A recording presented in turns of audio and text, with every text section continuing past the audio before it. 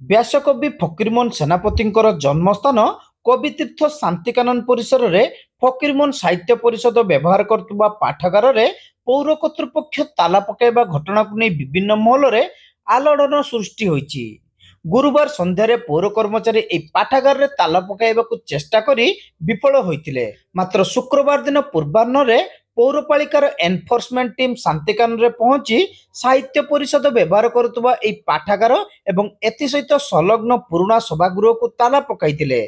दुई गृहर चाबी को सेमाने ड्यूटी थिबा सुरक्षाकर्मी को देइतिले। गृह रे थिबा बही आलमीरा और आनुषंगिक आसबाब पत्र को साहित्य परिषद कर्मकर्ता जदि बाहर करने को चाहिए ताहले तांको सामयिक भाव चाबी देबा पई सिक्यूरिटी गार्ड को एनफोर्समेंट टीम निर्देश दैछंती। पौराध्यक्ष निर्देश पालन करी सेमाने दुई गृह रे ताला पकाइतिबा कर्मचारी माने सूचना देइतिले। चेयरमैन मैडम कहले ताला पकेवा पई एनफोर्समेंट स्क्वाड को हम आस्तिलु ताला पकेतिलु। बर्तमान आम जो रूम रे ताला पकेतिलु सेटा को पुणी मैडम कहले खोलिया पई हम खोल देइचु। आ योगा क्लास पई मध्य चाबी आम सिक्यूरिटी को हैंड ओवर कर देइचु। योगा क्लास सरीबे पुणी सिक्यूरिटी दायित्व रे से चाबी रहिला। सेटा आम जानिनु ऑफिस स्टाफ ताकर कहबे कोन अछि न अछि। काली हमको ऑर्डर थिला ताला पकेवा पई आम काली पके नथिलु से कोन डिस्कस करिवार थिला। तापर आज हमको कहले हम पके देबा पई आस्तिलु। काली रे ऑर्डर रे हम आस्तिलु। व्यासकवि स्मृति रे शांतिकानन रे कार्यक्षम थिबा पाठागार और पुराणा सभागृह रे ताला पड़िबा को नहीं फकीरमोहन साहित्य परिषद कर्मकर्ता समेत बुद्धिजीवी महलरू तीव्र समालोचना करा जायछि। यह केवल राज्यर पुरातन स्वारस्वत संगठन फकीरमोहन साहित्य परिषद नुहे बरं ओडिया भाषा साहित्यर त्राणकर्ता प्रति घोर अपमान बोली कर्मकर्ता माने अभियोग उठाइछंती। एही पाठागार पई राज्य सरकार प्रतिवर्ष पुस्तक जगाई आसुछंती। प्रतिदिन बहु संख्यार पाठक एठाकू आसी बही पढ़ुछंती। एही प्राचीन पाठागार को बंद पई मसुदा करा जिबा अत्यंत दुर्भाग्यर विषय बोली परिषदर कर्मकर्ता माने कहिसंती। दीर्घ वर्ष पूर्व फकीरमोहन साहित्य परिषद पक्षरु अच्युतानंद दास को नेतृत्व में नाटक एवं संगीत परिवेशन माध्यम अर्थ संग्रह करा जाई म्युनिसिपालिटी को प्रदान करा जायतिला। मात्र पौर कर्तृपक्ष एही इतिहास को भूली जिबा केउ न्याय रे बोली कर्मकर्ता माने प्रश्न करिसंती। खूब शीघ्र परिषदर साधारण बैठक आयोजन होई उचित पदक्षेप निया जिवो एवं आवश्यक स्थले शांतिपूर्ण अनशन करिबा को पछाइबु नै बोली से माने चेतावनी दैछंती।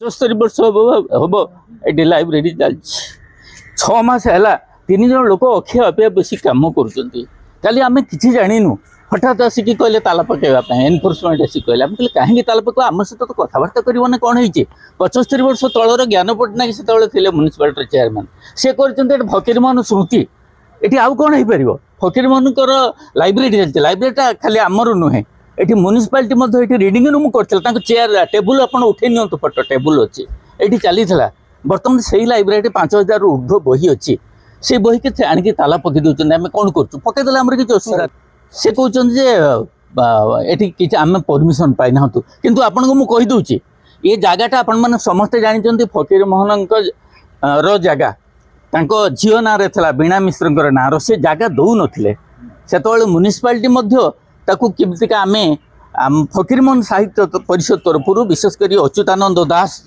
जे थिले से तांको नेतृत्व रे से कहले जे आम एटा केमतिका नबा एवं ज्ञान पट्टनायक भी से ज्ञान पट्टनायक चेयरमैन थे से कहले हाँ आम नि किंतु तांको पाखरु किणिया पड़ो किणिया से 4000 केते टंका दवाक पड़ुला कहले आम म्युनिसिपालिटी से पैसा दे नथिला कहले आपण माने पैसा संग्रह करंतु एवं पैसा देले से एक्वायर करा जिवो तेणु ड्रामा करी नाच गीत करी लोकन पाखक जाई पैसा कलेक्शन करते से बही रे अच्छी आपण फकीरमोहन परिक्रमा पढ़ंतु स्मृति तरंग पढ़ंतु विजय देंगर आर्टिकल पढ़ंतु ज्ञान पट्टनायक आर्टिकल पढ़ंतु समस्ते लिखिं फकीरमोहन साहित्य परिषदर माध्यम पैसा देकी किणा गला एवं जेहेतु एत बड़ जगटा फकीरमोहन साहित्य परिषद ताको सुरक्षा दे परिबो नै सेति म्युनिसिपालिटी कहला तमे यार सुरक्षा नियो किंतु कार्य करियो फकीरमोहन साहित्य परिषद तेणु जी आसी काली मुझे कहली जो चेयरमैन को मुझे अनुरोध कली आप कहीं पकड़े आम सहित तो कथबार्ता कर ना